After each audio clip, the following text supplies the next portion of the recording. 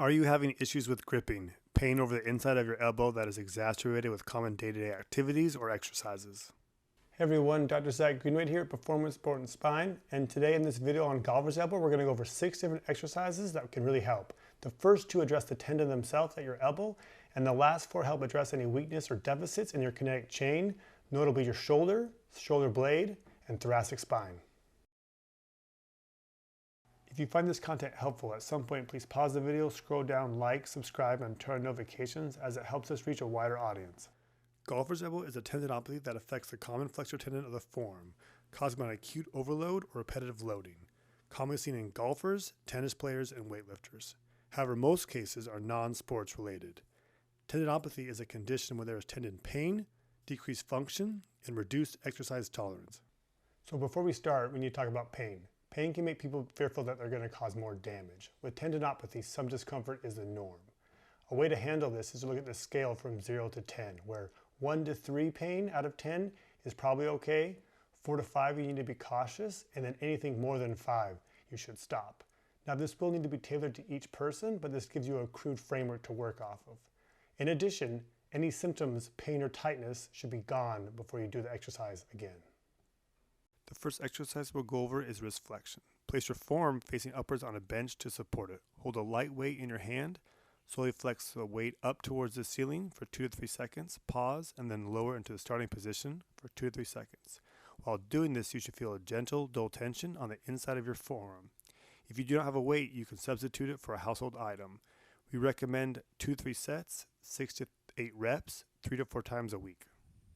For some people, this may be a little too painful, so you can do an isometric that we demonstrate here. You'll grab the weight in the same starting position, and then flex your forearm up and hold it for 10 to 20 seconds, 2 to 3 sets. The second exercise is the wrist pronation. So again, we'll start with our forearm facing upwards on a bench. This time you'll grab one end of the dumbbell, and you'll slowly roll your hand to the left for 2 to 3 seconds, pause, and then return to the starting position in 2 to 3 seconds. Again, you should feel some gentle, dull tension on the inside of your forearm. We recommend 2 to 3 sets for 6 to 8 reps, 3 to 4 times a week. Studies have shown that individuals with golfer's elbow have muscle weakness in their shoulder external rotators and abductors compared to healthy controls. We'll now go over exercises to address your shoulder external rotators. Laying face down on a bench, you may need to hold a light weight in your hand. You'll bring your elbows and shoulders to 90 degrees. Rotate your upper arms upwards so they're parallel to the floor, and then press outwards away from you, maintaining parallel orientation with the floor. You should feel a gentle, dull tension in the posterior shoulder. We recommend that you do 2 sets of 8 reps, 3 times a week. If this exercise is a little too challenging initially, you can do this one instead.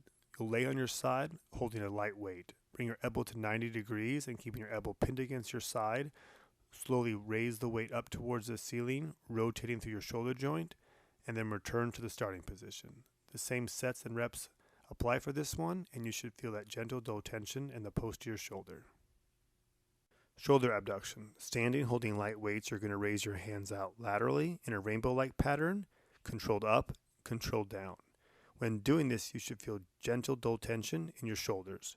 We recommend 2 times a week, 2 sets of 10 reps. Posterior scapular tilting. Posterior scapular tilting is when the bottom part of your shoulder blade is pressed towards the rib cage, as we demonstrate here. For this exercise, you'll need to stand facing the wall with your elbows bent at 90.